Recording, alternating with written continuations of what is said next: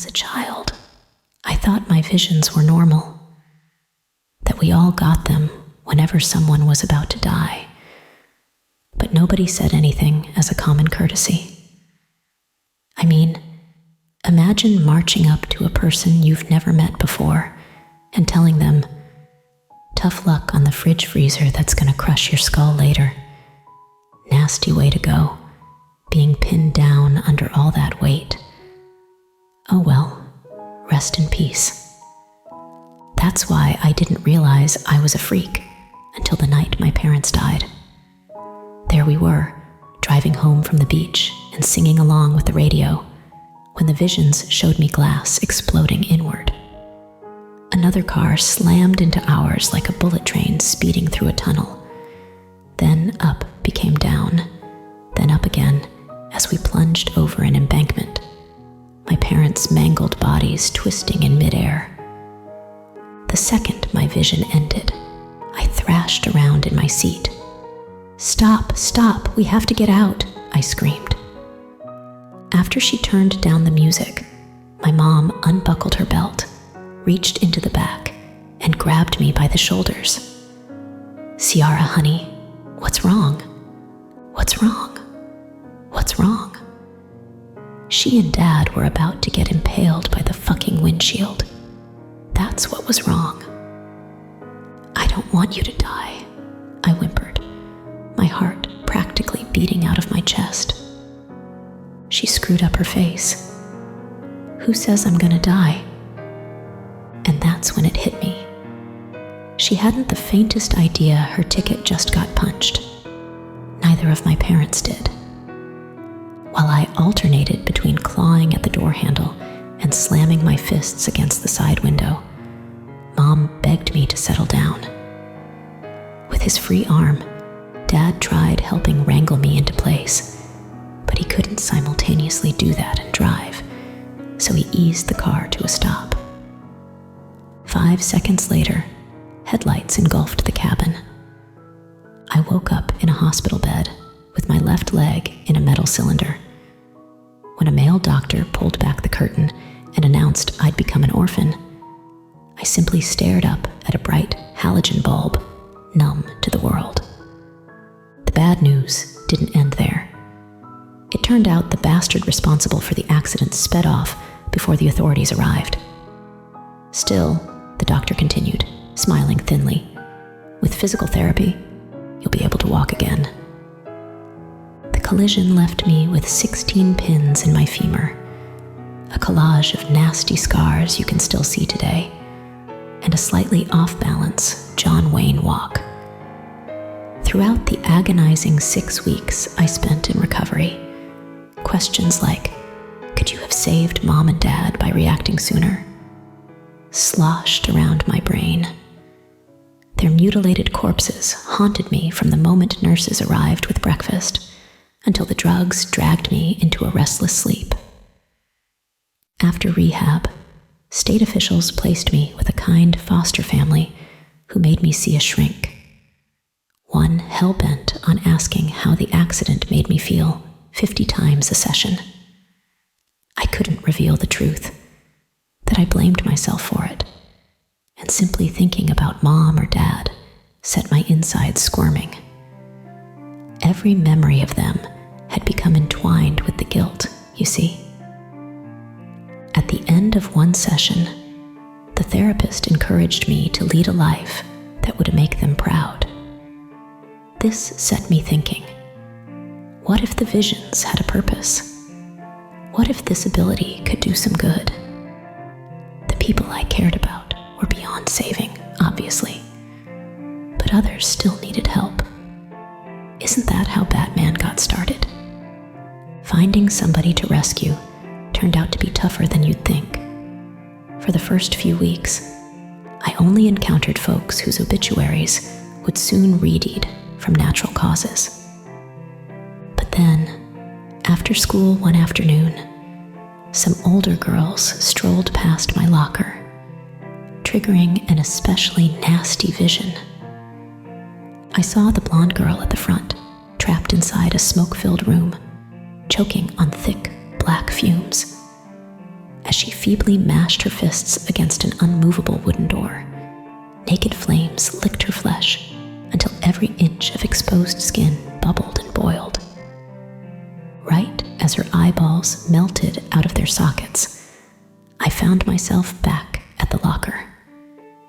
I limped after the group, fast as my weak leg would allow. On the march toward the front entrance, Blondie bragged about her family's plans to stay at their cabin in the woods that weekend. How did I convince her not to go? I waited until the group parted ways on the quad before I tapped the girl's shoulder. She faced me. "Hey, so, I heard you're staying at a cabin this weekend?" "Yeah. I know a guy. Well, I knew a guy who died in one of those." We both stayed quiet, the silence growing awkward. "It caught fire." "Okay." She muttered a quiet freak as she turned away. Terrified I'd already blown my chance, I blocked her path. "It's just, I've heard those things can be dangerous. You know, all that wood." Around us, conversations trailed off as students' heads snapped in our direction. Blondie circled me, her green eyes wide with embarrassment, and broke into a jog. My leg muscles twanged and spasmed, matching her pace. "Maybe don't go. I mean, why take the risk?" "Get away from me, loser," she shouted as she tore past the gate. "At least check the smoke detectors when you get there," I shouted after her. That weekend, I passed the time by staring up at my bedroom ceiling for hours on end. On Monday, the principal called a special assembly, and my cheeks were drenched with tears before he even approached the podium. The blaze took the lives of both the blonde girl and her younger sister. The school memorial attracted a massive turnout, and being surrounded by that profound outpouring of grief felt like a knife twisting between my ribs. A constant reminder I'd disappointed my parents. Again. This made me even more determined to save the next life. 3 weeks later at the grocery store, an opportunity came along in the form of a thin clerk about to tumble off his ladder. I bolted down the aisle, but before I'd even managed 10 steps, the man's feet wobbled from side to side. In a desperate attempt at remaining upright, he windmilled his arms around, collapsing a nearby lemonade stand. In the end, gravity won out. The tiled floor cracked his skull like an egg. Then blood and fizzy yellow liquid seeped out from beneath the corpse, mingling together. Meanwhile, I just stood there, deflated. A pattern soon emerged. The drowning girl got swept away before I could fish her out of the river. A social worker about to get stabbed flipped me off because I begged him to rush home, yet couldn't explain why. And the paramedics failed at resuscitating the elderly man suffering a heart attack on the park bench, even though, thanks to me, they arrived 10 seconds after he started clutching his own chest. No matter what I did, no matter how hard I tried, the visions always came to pass. Always. When I barely winced at a cashier about to get shot in the face over the meager change in his register, it became painfully obvious I'd lost all hope. Sorry, Mom. Sorry, Dad. Turns out my gift couldn't benefit others. Fast forward 15 years. By the time my 30s reared their ugly head, I'd launched a decent IT career and paid off a cozy apartment. Years of physical therapy had left my limp almost unnoticeable, although if I stood around too long, pins and needles still went racing along my thigh. Those guilt pangs over my parents' deaths never subsided, and, as a result, I avoided large crowds and gatherings on account of all the soon-to-be corpses. Until a bizarre vision changed everything. It was the 20th anniversary of the accident, and I'd slipped into a sports bar to perform my yearly ritual of drowning gruesome images from the collision in a shot glass. But no sooner had I found a quiet seat in the corner when a suited man approached my table and said, "Hey, baby doll." His appearance triggered a vision, which surprised me. This guy clearly looked after himself and couldn't have been any older than 40. Typically, people fitting that description bit the dust in strange and unusual ways. Maybe he had an undiagnosed lung condition, or a jaded ex hungry for revenge. My vision didn't reveal either of those things. Instead, it showed him on his knees in a windowless room beside a leather sofa, blood gushing from his neck like water from a spout. With a liquid gurgle, he pawed at his own throat and then slumped face down onto a diamond-patterned rug, feet twitching. And standing over him, slaughtering knife in hand, was me. Back in the bar, my hands clung onto the table. Who was this guy? Where did the encounter take place? And why the hell would I kill somebody? A sensible voice in the back of my mind told me to walk away, to bolt straight out the door. If anybody else tried that baby doll line, they'd have received a rude gesture in response. But I needed answers. So I forced a smile and looked up. "Buy you a drink?"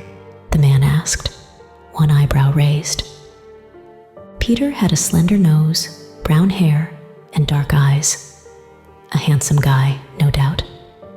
He worked as a lawyer, youngest partner in his firm's history, and his favorite subject was himself. That suited me. I gave him a fake name, which he probably forgot 10 seconds later. "You look familiar," he said, after his third whiskey. "Have we met before?" "Don't think so." "Must be thinking of someone else." While he joked with the regulars and announced another round on me to a chorus of cheers, I studied his every move, half expecting his taste in beer, or how generously he tipped to reveal why he deserved a death sentence. "Want to come back to my place?" he asked when the bartender called last round. I should have made up some half-assed excuse and slipped away, but there had to be some vital information I'd missed. Maybe Peter moonlighted as a serial killer? If so, didn't I have an obligation to investigate? Now intoxicated, he drove us over to his place in a fancy blue Porsche. The plan was simple. Stick around long enough to discover whatever dark secret he harbored, then leave, no matter what. If anything suspicious turned up, I'd notify the police. That way, there'd be zero risk of any trouble. After all, how hard could not slitting somebody's throat be? Peter led me along the front hall and down a narrow staircase. As the basement door swung open, a yelp slid up my throat. We'd entered the room from the vision. Maybe I'd come to meet my destiny. Placing a hand against my back, Peter steered me past the diamond-patterned rug, toward a home bar cast in warm red light by a neon Budweiser sign. From beneath the counter, he grabbed a chopping board and a sharp kitchen knife, the same one future me butchered him with.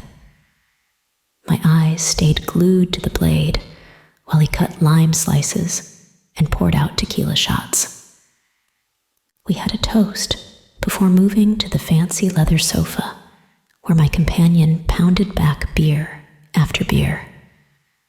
I nursed mine, staying sober and in control. He managed an entire hour of shameless boasting before his head slumped forward against his chest. The pieces had all fallen into place: the knife, the rug, the defenseless victim. Yet, I saw zero reason to hurt Peter. It's a miracle my giant sigh of relief didn't startle him awake. Take that, dumb visions. You lost. It was time to leave. However, a quick look around couldn't have hurt anybody, could it? There was no hidden torture chamber behind the bookshelf, just guides on the art of seduction. And the freezer didn't harbor any severed heads, only frozen salmon and shrimp. In a cramped office on the first floor, I rummaged through desk drawers, and right when it felt like this had all been a gigantic waste of time, my eye happened across a pile of newspaper clippings.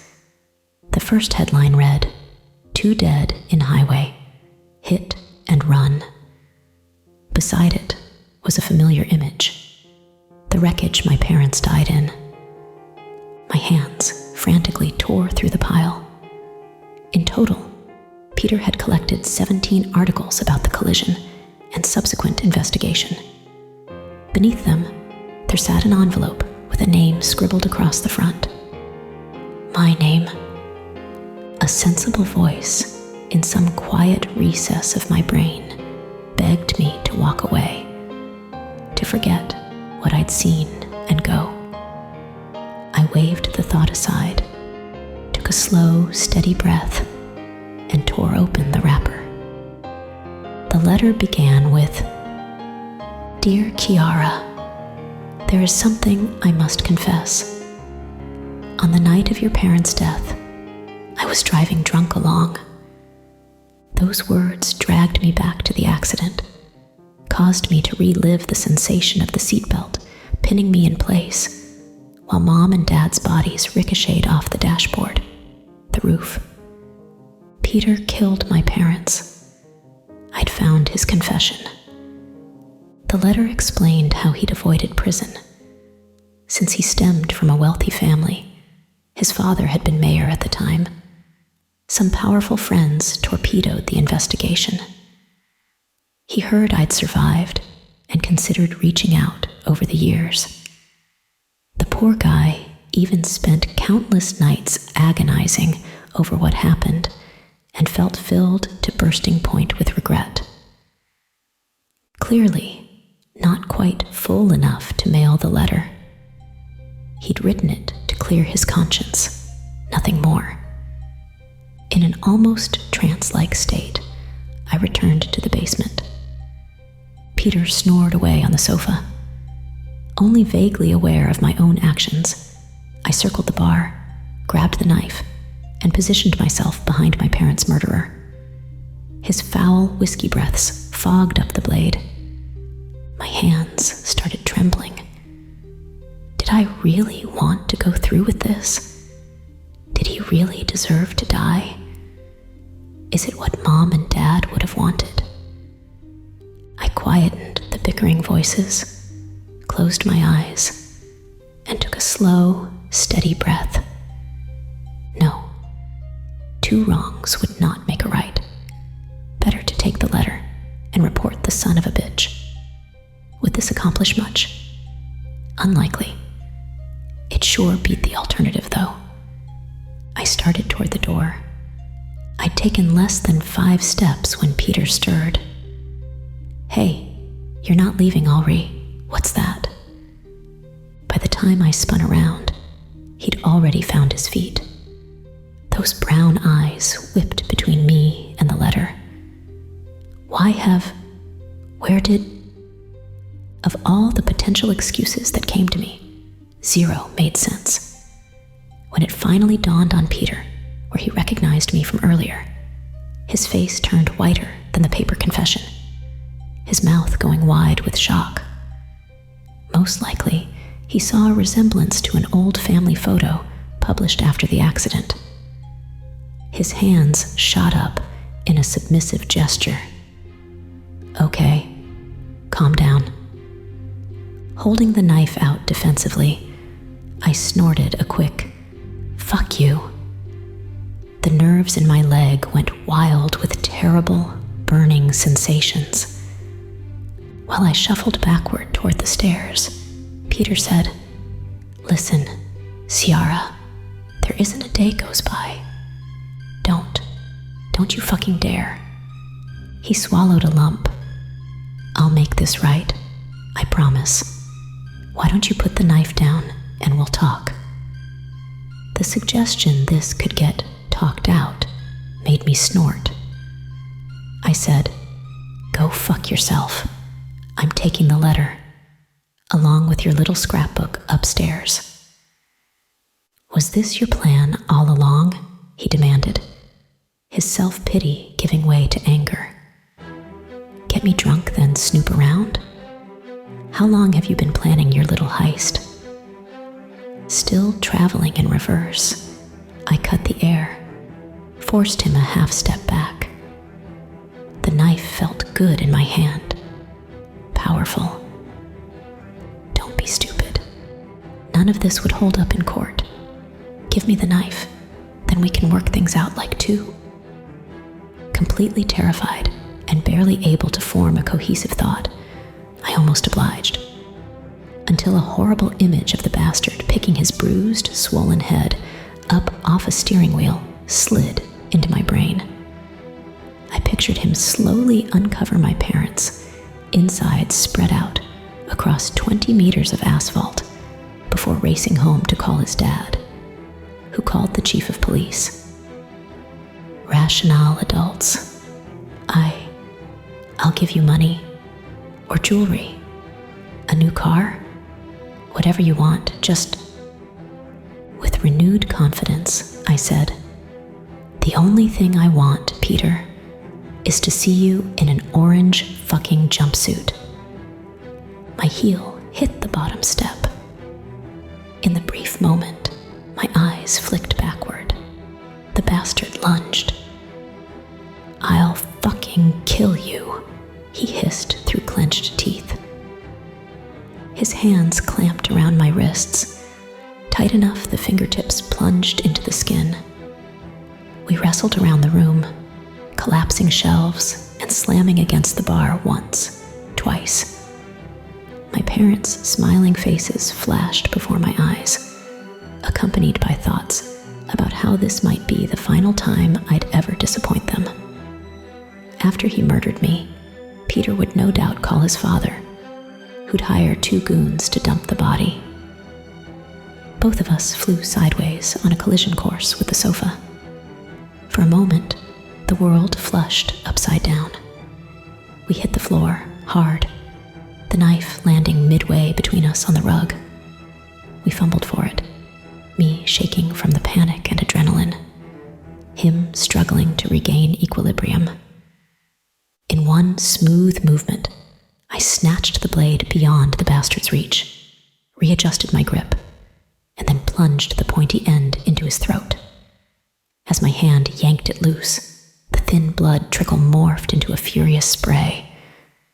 Some even got inside my mouth, disgustingly warm. Peter tried to speak, although no words came out. Only a pathetic, wet gurgle. He flopped forward, tongue draped over his chin. And just like that, I found myself standing over a corpse. In retrospect, it probably shouldn't have come as such a surprise. Repulsed by my red palms, I retreated toward the bar and slid to the floor, breathless. I began convulsing, rocked myself back and forth, bile sliding up my throat. I felt ill, and not only from the tequila. By the time I'd regained composure, a clock above the bar said 6 a.m. Somebody could have walked in at any moment. There'd be time for remorse later. First, I needed to cover my tracks. Under my feet, the rug, having absorbed most of the blood, squelched as I raced around, wiping down every surface. After gathering together all articles about the accident, I departed on foot, and ditched the knife in a dumpster several miles from the crime scene. Then I rushed home to read the confession once more before burning it, along with Peter's treasure trove of misery. The next few days passed in a whirlwind of alcohol and tears. As a politician's son, my victim made the front page. Authorities appealed for anybody with information to come forward. Funny how Mom and Dad never warranted such special consideration.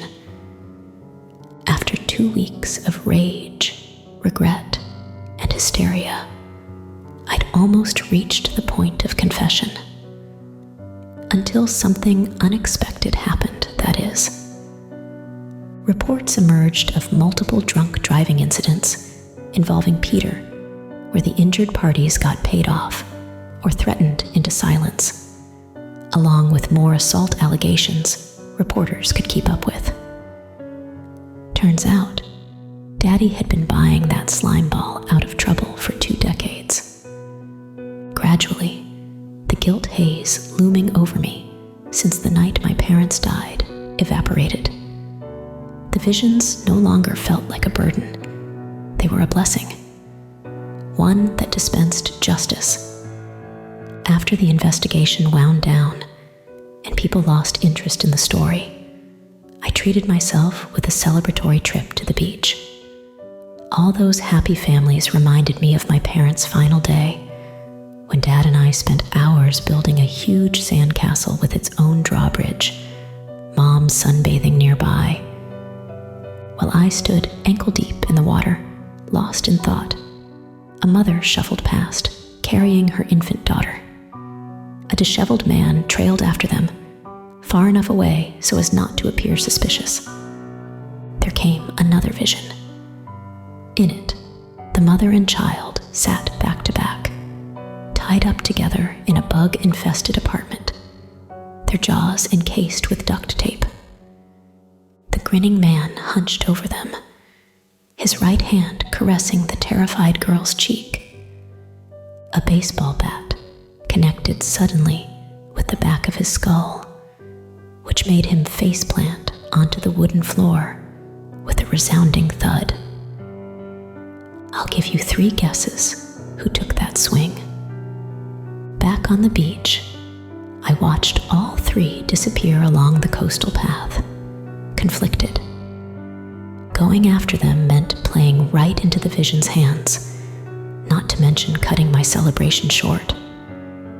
But then again, could I really pass up another opportunity to make my parents proud?